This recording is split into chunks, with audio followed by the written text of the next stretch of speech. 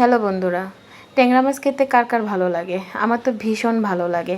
আলু দিয়ে চচ্চড়ি বা পুরপুরি খেতে তো আরও ভালো লাগে। এই চচ্চড়ি পুরপুরিটা চট করে অল্প সময়ে অল্প উপকরণ দিয়ে ঘরোয়া রেসিপিভাবে সুন্দর করে বানায় খেতে পারেন, একদম মুখে লেগে থাকবে।